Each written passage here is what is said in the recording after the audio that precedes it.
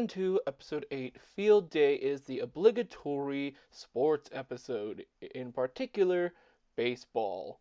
Inexplicitly, Matt and Tanya are in this episode in their final appearance for the entire series. Was that a fucking ad? Mr. Conductor shows up, and the kids ask him if he's ever played baseball on the island of Sodor. He says no, not really, so instead he tells them the story of Percy and Harold's race. And their coach, Schemer, walks in and falls immediately. He then tries to get the kids warm up by having them touch their toes left to right and do some jumping jacks. However, after these activities, the kids are tired immediately. Which, to be honest, I understand Schemer's frustration here. The kids didn't do jack shit. All they did was touch their toes and do jumping jacks. Billy then teaches the kids how to exactly throw a ball and hit a target, to which he does pretty successfully, which Schemer then tries to do to utter humiliation. On his second attempt, he gets a little closer but ends up hitting the jukebox instead, to which the jukebox band reacts. Is that another fucking ad? Are you happy, Priceline? As Billy continues to coach the team, Schemer is then informed about a call he got that they will instead be going off against the Slashers, which is notorious for being the best team in the valley. Realizing that they're cooked, Schemer then asks Schemy to go ahead and spy on the Slashers to see what their weaknesses are. Part of me wants to include the fact that Slashers exist in this universe as a joke idea, but I still can't get over the fact that Schemer intentionally put a hole in his hat for his hair to stick out of. We cut to the jukebox band where they are yet again discussing the events that had just occurred right in front of us. Schemy gets back from spying and reveals that he doesn't really have all that much information on the Slashers. Stacy then catches wind that Schemer has been sending kids to spy on the other team and is very disappointed in him. Yeah, what's new? Stacy says that it's all about having fun because this is really not a professional baseball game. Schemer laughs at the idea of having fun with baseball, to which Stacy then hits the can with the ball without even trying. The kids then walk in on Mr. Conductor playing checkers by himself. Turns out the reason he's doing this is because he is practicing for when he eventually does have to play a game of checkers, because practice always makes purpose. But then Mr. C says that it doesn't really matter if he wins or loses or not, as long as he has fun and he's playing up against a competitor who is also really good.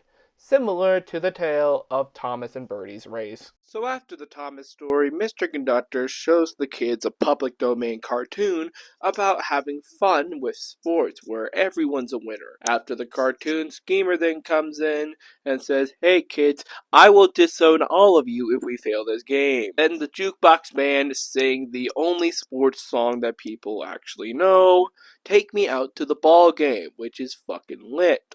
After that, Schemer then comes back to the station and he's disappointed over the fact that they lost.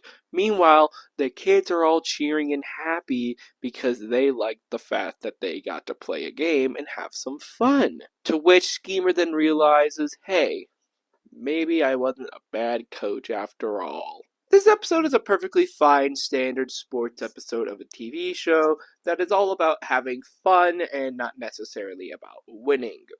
Obviously, due to the show's low budget of being restricted to the singular location of the station, we never get to actually see anybody play the game, which is kind of an important factor to have in your sports episode of seeing people play the sport. I mean, for Christ's sake, I don't even think there's a single bat in the entire episode.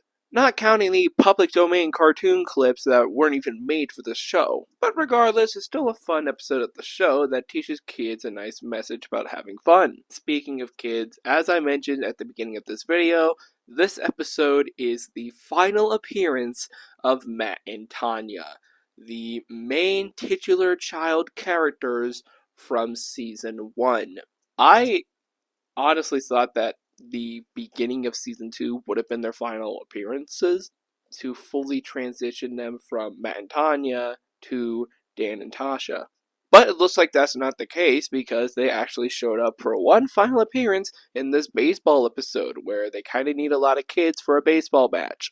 And to my knowledge, after this episode, they do not show up at all and are never really even mentioned.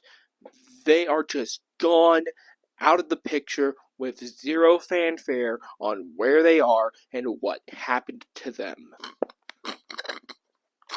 Oh, I'm out of you. What will this mean for the future of the show? I honestly have no idea because I haven't watched it yet. But I do think that it will pretty much remain the same. I'm not as worried as I was at the beginning of the season on how will this affect the show, because it has pretty much proven that it hasn't really changed at all. It's pretty much the same show.